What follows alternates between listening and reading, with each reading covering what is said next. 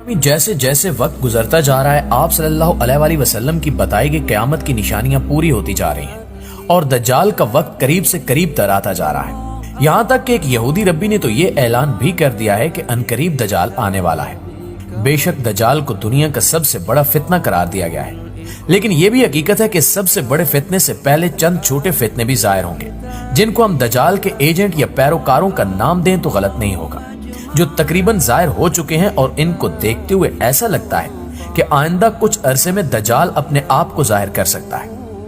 इन फितनों में सफ़े अव्वल पर टीवी, केबल, सेल फोन, उरियानी, फहाशी और हमारा इलेक्ट्रॉनिक मीडिया है। और इसका सबूत हमें स्विट्जरलैंड के शहर बासिल से मिलता है, जहां 1897 में 300 यहूदी दानिशवरों, मुफक्करों और फलसफियों ने थियोडोर हर्टल्स की क़यादत में जमा होकर पूरी दुनिया पर दज्जाल की हुक्मरानी का मंसूबा तैयार किया था। और अब ये मंसूबा उन्हीं प्रोटोकॉल की सूरत में पूरी दुनिया के सामने जाहिर हो चुका है।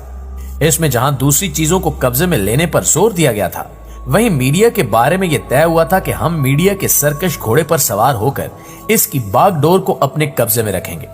हम अपने दुश्मनों के कब्जे में कोई ऐसा मुअस्सर और ताकतवर अखबार नहीं रहने देंगे कि वो अपनी राय को मुअस्सर ढंग से जाहिर कर सके, और न हम इनको इस काबिल छोड़ेंगे कि हमारी निगाहों से गुजरे बगैर कोई खबर लोगों तक पहुंच सके। और हम एक ऐसा कानून बनाएंगे कि किसी नाशिर और प्रेस वाले के लिए यह मुमकिन नहीं होगा कि वो पेश की इजाजत लिए बगैर कोई चीज छाप सके। हमारे कब्जे में ऐसे अखबारात और रसायल होंगे जो मुख्तलिफ ग्रोहों और जमातों की ताईद व हिमायत हासिल करेंगे, खा ये जमातें जमहूरियत की दाई हों या इनकिलाब की हामी। हत्ता कि हम ऐसे अखबारात की सरपरस्ती भी करेंगे जो इंतिशार, बेरारवी, जिनसी और इखलाकी अनारकी, इस्तबदादी हुकूमतों और मुतलिकुल अनान हुक्मरानों की मुदाफियत और हिमायत करेंगे। और हम ऐसे असलूब की खबरों को भी पेश करेंगे कि कौमें और हुकूमतें उनको कबूल करने पर मजबूर हो जाएं।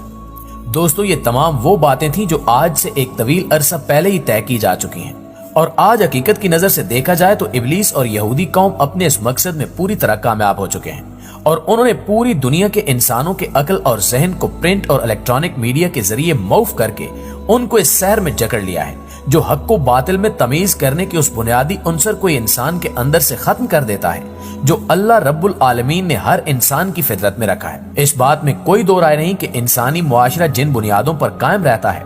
उनमें हया और इफ़्फ़त एक बुनियादी रुकम है, और जिस कौम के अंदर से ये सिफात उठ जाती हैं वो अपनी मौत आप मर जाती है, और उस कौम के अफराद भेड़ बकरियों के उस अंधे रेवड़ की मानद हो जाते हैं जिसको जो जहां चाहे हंका कर ले जाए।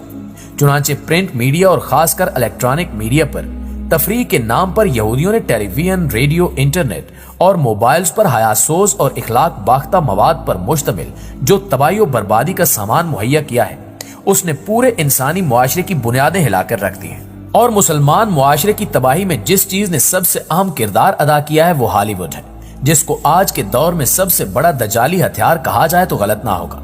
क्योंकि हॉलीवुड वो वाहिद प्लेटफार्म है जो नाजरीन को मुख्तलिफ नोयत के मनाजिर दिखाकर हंसा भी देता है और आंखों में आंसू भी ले आता है, और नाजरीन इन करतबों में इस कदर मगन हो जाते हैं कि दीन और दुनिया की कोई खबर बाकी नहीं रहती। इसके अलावा हॉलीवुड की तमाम फिल्मों में लोगों को मुख्तलिफ किस्म के जानवरों, टेक्नोलॉजी, मंशियात, जिन भूतों, वायरस और दहशत गर्दी के मनाजिर पेश करके खौफजदा किया जाता है। और बॉलीवुड की फिल्म रेजिडेंट ईवल में भी यही कुछ है, जबकि बहुत सी फिल्में ऐसी भी बन चुकी हैं और बन रही हैं जिनमें इस्लाम के खिलाफ खुल्लम खुल्ला काम किया जाता है और मुसलमानों को दहशतगर्द जाहिर करके अमेरिकी फौज को हीरो दिखाया जाता है जो मुसलमानों का कत्लेआम करती है। नाज़रीन गिरामी, ये तमाम वो निशानियां हैं जिनके पूरे होने के बाद हम कह सकते हैं कि वाकई दज्जाल का वक्त करीब आ चुका है और यहूदी रब्बी के मुताबिक ये अनकरीब जाहिर हो जाएगा। हजरत अब्दुल्ला बिन मसूद रजी अल्लाह ताला अन्हु से रिवायत है कि आप सल्लल्लाहु अलैहि वसल्लम ने फरमाया कि दज्जाल के साथ शोरबे और हड्डी वाले गोश्त का पहाड़ होगा जो गर्म होगा और ठंडा नहीं होगा, जारी नहर होगी और एक पहाड़ बागात यानी फल और सब्जियों का होगा। इस हदीस मुबारका में यह बताने की कोशिश की गई है कि दज्जाल दुनिया के तमाम वसाइल पर कब्जा कर लेगा और फिर हर इंसान को अपनी खुराक की खातिर उसका मोहताज होना पड़ेगा, जिसका आगाज हो चुका है। इस वक्त दज्जाल के पैरोकारों की जानिब से दुनिया की खुराक पर कब्जे के प्लान पर अमल शुरू हो चुका है। ये तो आपको पता ही होगा कि इस वक्त दुनिया में दज्जाल का सबसे बड़ा कारिंदा बिल गेट्स है, जो अपने इकदामात की मदद से दज्जाल की राह हमवार कर रहा है। और बिल गेट्स ही वो शख्स है जो दुनिया की खुराक पर कब्जे का प्लान तैयार कर चुका है, बल्कि इस प्लान पर अमल भी शुरू कर दिया गया है। واضح ہے کہ ہماری خوراک یعنی پھل اور سبزیوں کا دارومدار کھیتی باڑی پر ہے، اور کھیتی باڑی کے لیے زمین کی ضرورت ہوتی ہے، جہاں کسان مختلف اناج اور پھل پیدا کر کے ہم تک پہنچاتے ہیں اور پھر ہم اپنی ضروریات کے مطابق انہیں خرید لیتے ہیں۔ لیکن تصور کریں کہ اگر کسانوں کے پاس اناج اگانے کے لیے زمین ہی نہ ہو تو پھر ہم سبزیاں اور پھل کہاں سے لیں گے؟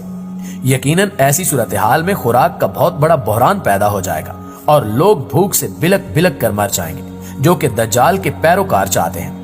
یہی وجہ ہے کہ بل گیٹس دھڑا دھڑ زرعی زمینیں خرید رہا ہے، اور امریکی اخبار دی لینڈ رپورٹ کے مطابق بل گیٹس کے پاس 2,42,000 ایکڑ سے زیادہ زرعی زمین موجود ہے، جس کی مالیت 69 کروڑ ڈالر سے زیادہ بنتی ہے۔ بل گیٹس اس وقت دنیا کا چوتھا امیر ترین فرد ہے، اور مالیاتی جریدے فوربس کے مطابق اس کے اثاثوں کی مالیت 129.2 ارب ڈالر ہے۔ اس لیے ظاہر ہے کہ زمین کے لیے خرچ کی گئی رقم اس کے اثاثوں کے آٹے میں نمک کے برابر ہے۔ ناظرین، اس کے علاوہ اب حال یہ ہو چکا ہے کہ ہر چیز مصنوعی طریقے سے پیدا کی جا رہی ہے، یہاں تک کہ آج کل جانور مصنوعی نسل کشی کے ذریعے پیدا کیے جا رہے ہیں، اور فصلیں بھی مصنوعی بیجوں اور کھادوں سے اگائی جا رہی ہیں۔ فی الحال تو لوگ ان مصنوعی چیزوں کو خوشی خوشی قبول کر رہے ہیں، لیکن اس کا اندازہ دنیا کو اس وقت ہوگا جب انسان کے گلے سے پیٹ میں اترنے والی ہر چیز مصنوعی ہو جائے گی اور ملٹی نیشنل کمپنیوں کے ہاتھ میں ہوگی، جو بھاری رشوت، دباؤ اور شیطانی ہتھ کنڈوں کے ذریعے مقامی صنعتوں کو تباہ کرنے کے لیے قدرتی دیسی خوراک کی فروخت پر پابندی لگوا دیں گی، اور پھر دجال اس کو پانی کا ایک قطرہ یا پکی پکائی روٹی کا ایک ٹکڑا بھی نہیں دے گا جو اس کے شیطانی مطالبات نہیں مانے گا۔ پانی اور غذا کو مصنوعی بنانے کی دجالی مہم اس لیے جاری ہے کہ مصنوعی چیز انہی طاقتوں کے ہاتھ میں ہوتی ہے، لہٰذا وہ جس کو چاہیں بیچیں اور جس کو نہ دے، جبکہ قدرتی چیز قدرت کے ہاتھ میں ہوتی ہے، جو پھول اور کانٹوں کا یکساں خیال رکھتی ہے۔ شہر تو شہر ہیں، اب دیہاتوں میں بھی یہ حال ہے کہ واٹر سپلائی کی اسکیمیں اور ٹینک، پائپ، پن چکیاں وغیرہ NGOs لگا کر دے رہے ہیں، جو آگے چل کر ان پر اجارہ داری قائم کریں گی، اور اس طرح شہروں میں تو پانی اور خوراک کے ذخیرے ہوں گے ہی عالمی انتظامیہ کے ہاتھ میں، لیکن دوسری جانب دیہات میں بھی قدرتی پانی کسی عام آدمی کے بس میں نہیں ہوگا۔ مزے کی بات یہ ہے کہ قدرتی پانی کو مضر صحت، جبکہ منرل واٹر کو صحت کے لیے مفید بتایا جاتا ہے۔ حالانکہ صورتحال یہ ہے کہ منرل واٹر کے ذریعے اربوں ڈالر کمانے کے ساتھ ساتھ ہماری نسل کو زنخہ بنایا جا رہا ہے۔ صرف یہی نہیں بلکہ اس جیسے بے شمار پلان پوری دنیا کے خلاف تیار کیے جا چکے ہیں، جن پر عمل درآمد شروع کر دیا گیا ہے۔ ہمیں چاہیے کہ ہم ان سازشوں کو سمجھیں اور ہر فورم پر ان دجالی طاقتوں کے خلاف آواز بلند کریں۔ دعا ہے کہ اللہ تعالی ہمیں ان دجالی سازشوں سے بچنے کی توفیق عطا فرمائے۔ آمین ثم آمین۔